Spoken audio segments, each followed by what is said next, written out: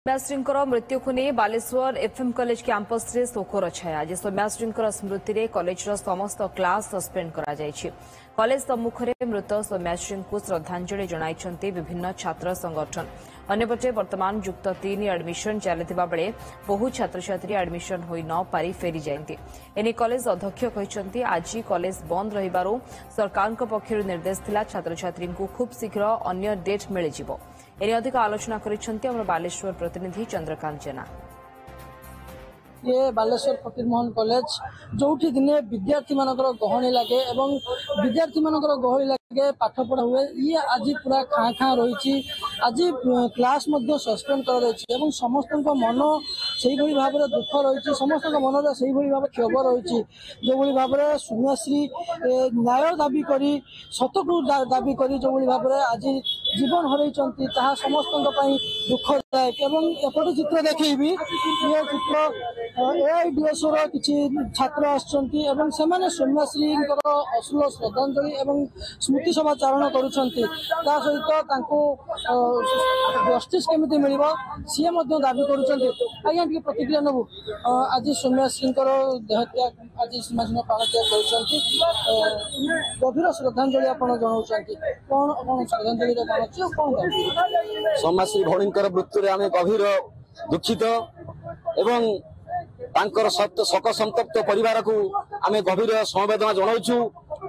यही परिप्रेक्षी आम कहवाक चाहूँ सौम्याश्री मृत्युर संपृक्त समस्त अपराधी को कठोर रु कठोरतम शास्ति दि जाऊ। से सरकार यही मृत्युर तदंत को विचार विभाग तदंत जारी करी से माने तदंत करंतु समस्त दोषी को कठोर रु कठोरतम शास्ति दिंतु। जो जंत्रणा से भोग करछंती एटा आमे कल्पना करि परिबा नै। तो जो माने से दायी अछंती प्रिंसिपल अध्यापकों को गिरफ्त करा जायछि किंतु एति यथेष्ट नुहे। कमिटी जो माने थिले से पुलिस पाकु जाइथिले जनप्रतिनिधि मानक पाकु जाइथिले समस्त दोषी समस्त को कठोर कठोर दंड दिया जाऊ। एवं आ गोटे विरोध करुचु अल्प समय है कटक गिरफ्तारी आरंभ हो जाइए छात्र नेता मान गिरफ्त कर दृढ़ भाव निंदा करुचु। कन्वोकेशन हो ठीक अच्छी छात्र नेता मान कहीं गिरफ्त कर छात्र नेता मैंने आम संवेदना जनइबू आम आंदोलन करूँ। आम गहर जो छात्री चली जाती जंत्रणा आमको व्यक्त करने दिंतु। अंत आप न्याय दे पारे कि विरोध व्यक्त करने दिंतु। से अधिकार मोट क्षुण्ण करतुनि यहाँ अगणतांत्रिक अन्याय यहाँ को दृढ़ भाव विरोध करुचु।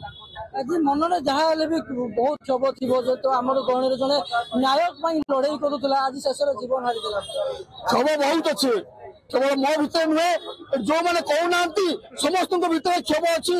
जो छात्री केते निर्यातना सही केते चरम अपमान सही निज देह पेट्रोल झाड़ी निआ लगे पारती ये क्षोभ किंतु रही दुर्बल आंदोलन चेतावनी आम सरकार को दौचु। ये समस्त मन में कौटि ना कौटि क्षोभ रही। कारण जो भाई भाव में सौम्याश्री अन्याय होती एत सहजरे ग्रहण कर पारना। ये रही आम फकीरमोहन कॉलेज सामने से फकीरमोहन जी दिने जहाँ हाथ दिने रेवती लेखा जाता जो रेवती टिके शिक्षापी निजर जीवन हारी आज जड़े रेवती जी सौम्याश्री टिके न्याय निज उपर होता अत्याचार को दृढ़ प्रतिवाद करू आज निजे दाह हो जाती निजे आज प्राण हर बालेश्वर चंद्रकांत जेना ओ टीवी।